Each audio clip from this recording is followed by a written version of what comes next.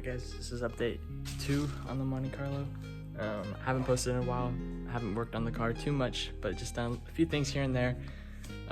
Hopefully in the next couple of days it should start. We have, well, I guess we did do quite a bit. We have some new parts in it that should, in theory, make the thing run.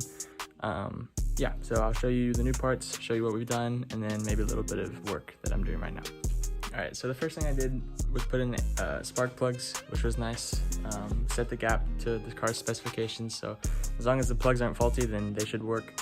So that means we'll have spark. There's a new distributor cap and rotor bug, so that should work as well. The old tips were really burnt, and the points were we already replaced the points, but they were really rusted and bad. The wires for the spark plugs we didn't replace because they're not horrible, and my granddad thinks we can make some of our own, so we'll probably do that another time, but for now they should be good enough. The plugs didn't really need to be replaced, but they were bad enough that they could be, so we did, and it will just help the car start. So that's the new distributor cap. The wires, as you can see, are all still old wires. The plugs are down in there, but I'm really happy that we have the wheels off right now, because if we didn't, getting to these spark plugs would be a pain because you have to go in from the top, which is really not fun. So I went in from down here all the way in. So after I took out each plug, I sprayed engine fogging oil inside the cylinders so that it would lube back up again, because the car's been sitting for so long that the pistons are dry, or the cylinders are dry, so the pistons won't move as well in them, and so just having that oil in there will help lube it up so that it can actually move when we try to start it.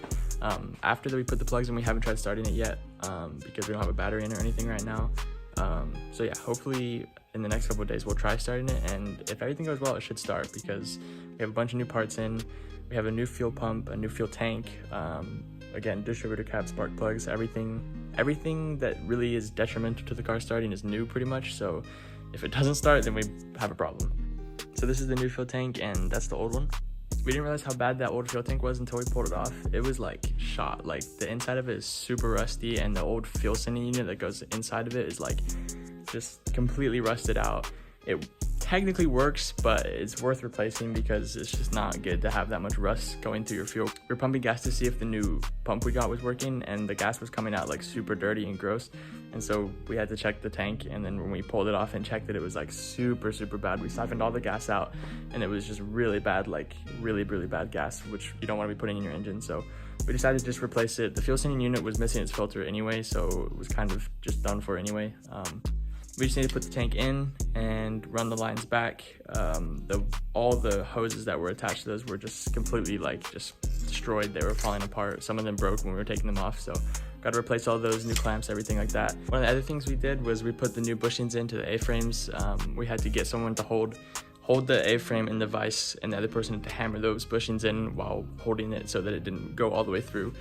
So it wasn't too much of a pain, but it was kind of annoying. But we got them in, and then eventually we're going to sandblast them. We'll probably just tape up the bushing so we don't destroy the rubber, but other than that, they're all good and they're ready to be cleaned, and then we can put them back on. So this is the new fuel pump we got. It's an electric fuel pump. It was just a friend that we had that's a mechanic, just had one laying around, so he gave it to us kindly. We had to extend the wires long enough because they weren't long enough to reach where the hot wires are, but we need to go through and attach the fuel pump, which is kind of being a pain right now because I drilled a hole and then the hole's not big enough, so I have to drill a bigger hole, but the place to drill the hole is like a pain to get to.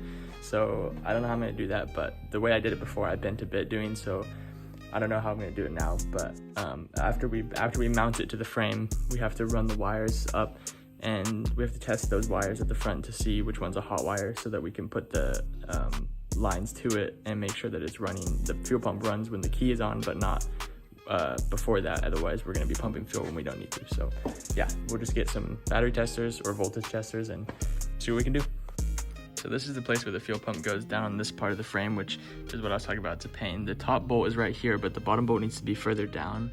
I tried mounting it kind of at an angle with the old holes, but it doesn't work because the line from the tank to the pump is then kinked, and I don't want that. So we need to mount it straight or horizontally so that it can pump freely and not have kinks. But the only way to do that is by drilling another hole down there, which has turned out to be a big pain in the butt right now. The reason it's such a pain is because that's in such a bad place to drill a hole, because the frame is pretty thick, it's all metal, and the drill doesn't fit into where we need it to fit. So I've been using this thing, which is like a wire connection that connects to the drill, and it has a bit on the end of it, and so you can reach further back, but it doesn't have the same power, and it's kind of just a pain to use because I was doing it and I wasn't holding like perfectly straight, and it just caught as it was going through, and it bent the bit a little bit, so I had to bend it back, and it's just kind of a pain, and I'd like to do it a different way, but I don't really have any other way right now. None of the air drills fit it either, fit into that gap, so I think I'm just gonna have to do it the way I was doing it, and widen the hole a little bit, but we'll see how that works. All right, so I'm just gonna work for a little bit. It's kind of late and it's like super hot here and humid, so I'm just gonna work a little bit. I don't know how much I'll get done. It's more of just an update video anyway, but the main things I need to get done are just, there's like pads on top of the old fuel tank that needs to be moved to the new one as best as possible. I might need to put new hoses on a couple of those valves. Yeah, so I'll film a little bit of me working just so you can see what we're doing, and then yeah, I'll call it a day.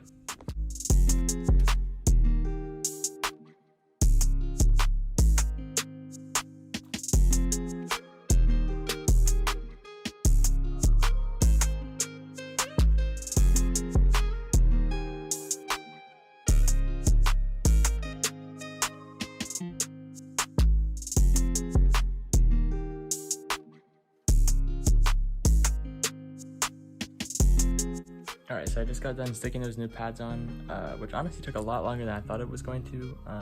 So I need to let those dry overnight, and then tomorrow we'll be able to hopefully put the tank in. I think that's everything. I just need to put the fuel sending unit in, and then tomorrow we'll be able to put the tank in, but it's pretty hot right now. I'm tired.